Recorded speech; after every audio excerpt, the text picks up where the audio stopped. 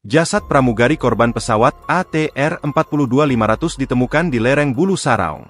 Satu korban pesawat ATR-42500 ditemukan di Gunung Bulu Saraung, Kecamatan Balocci, Pangkep, Senin, 20 Januari 2026. Korban ditemukan berjenis kelamin perempuan.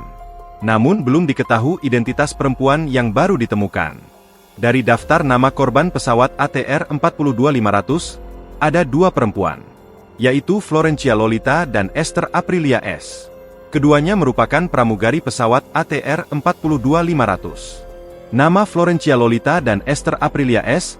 berada di nomor 6 dan 7 papan pengumuman informasi di Bandara Sultan Hasanuddin, Makassar.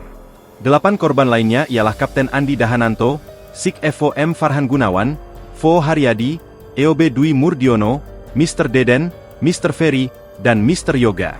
Kepala Basarnas RI, Marsikal Madya TNI Muhammad Syafi mengungkapkan, penemuan korban itu berdasarkan laporan langsung dari tim SAR yang berada di lokasi kejadian. Hari ini kembali ditemukan satu korban.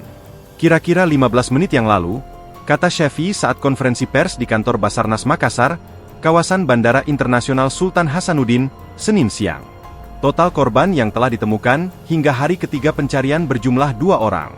Sebelumnya, satu korban lebih dahulu ditemukan pada hari sebelumnya, di lereng sedalam 200 meter. Sementara, korban kedua ditemukan pada kedalaman 500 meter. Kondisi lokasi sangat terjal, hampir tegak lurus. Kedalamannya cukup ekstrim dan didominasi bebatuan, ungkapnya. Saat ini korban telah berada bersama tim penyelamat di lokasi, namun proses evakuasi masih menghadapi kendala cuaca dan medan.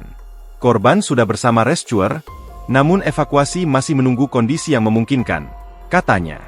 Download Tribun X sekarang, menghadirkan lokal menjadi Indonesia.